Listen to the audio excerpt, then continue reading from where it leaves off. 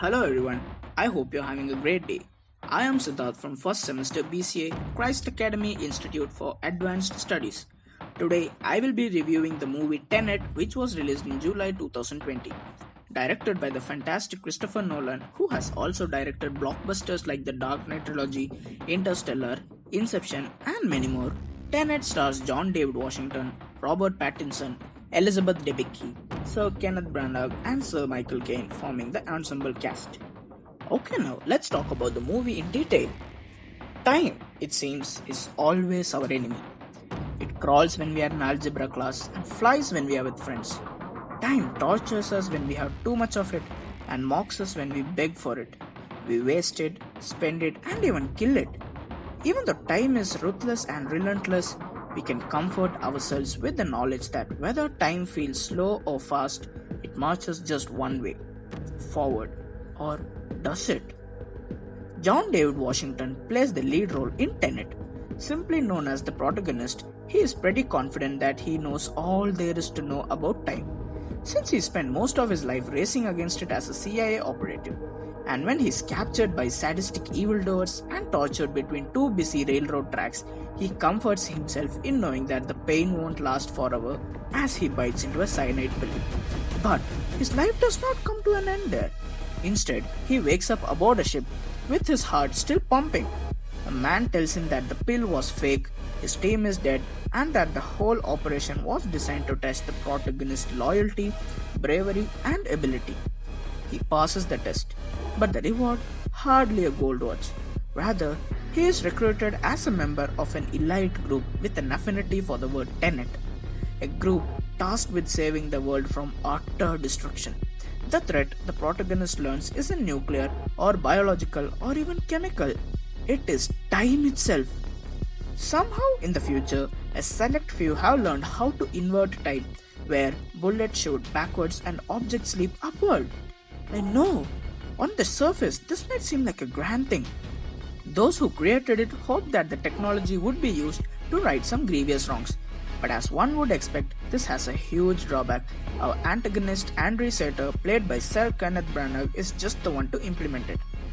Our protagonist has raced against time for so long, but how can he possibly win when time itself cheats? To know that, you have to watch the movie yourself. If you are a fan of the sci-fi genre and want something to keep you completely occupied, then Tenet is the way to go. There's a probability that you may be a bit confused until the last third of the movie, because that is where things begin to fall in place. But as you reach that point, you can feel the beginning stages of your mind being blown and you end up going, whoa. Shot in 70mm IMAX lenses, the cinematography of the film is just wonderful. It is done by the brilliant Hoyt van Hoytema, who has also the cinematographer for Interstellar. Special care has been taken up to ensure that the backgrounds and visuals are aesthetically beautiful.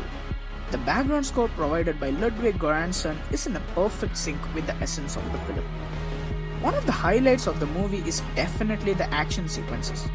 They can be viewed at and analyzed in depth for quite some time.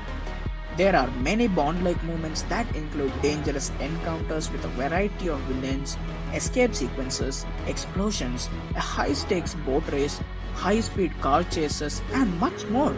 I think these scenes were what I enjoyed the most out of the whole movie, specifically because these sequences change the way you perceive and think about motion. The fights could be viewed in so many ways and each would convey something totally different. The core problem with Tenet, aside from the fact that much of its reverse time sections can be confusing, is that its characters aren't deep or complex. Because we never get around to forming a connection with the characters, we are not quite invested in what we are trying to accomplish. Nolan keeps the characters at a distance throughout the film. We also end up not being able to care about them or their relationships because there's always a new heist to get to and a new set piece to look at.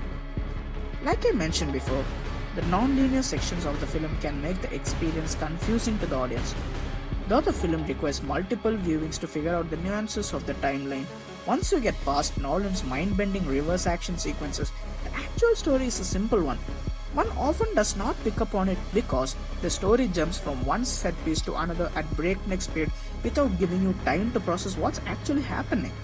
In fact, The stakes of the movie are never actually made clear up until the end of the film, which basically boils down to a stop the doomsday device to save the world kind of trope.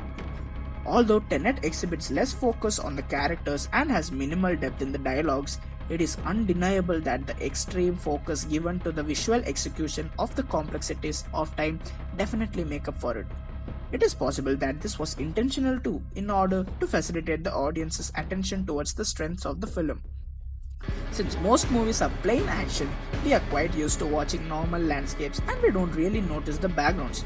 But in this movie, all the angles are intentionally portrayed, and the way Nolan depicts the inversion of time is absolutely brilliant. Anyone familiar with Christopher Nolan and his films are well aware that he is pretty fond of complex stories and is an expert at manipulating them. Tenet especially toys with the concept of time, entropy, casual loops in a non-linear fashion, multiple versions of the past, present, or future events, and various characters' existence and interactions. The storyline twists and turns in many directions backwards and forwards. The gripping Tenet is definitely a rigorous workout for one's brains.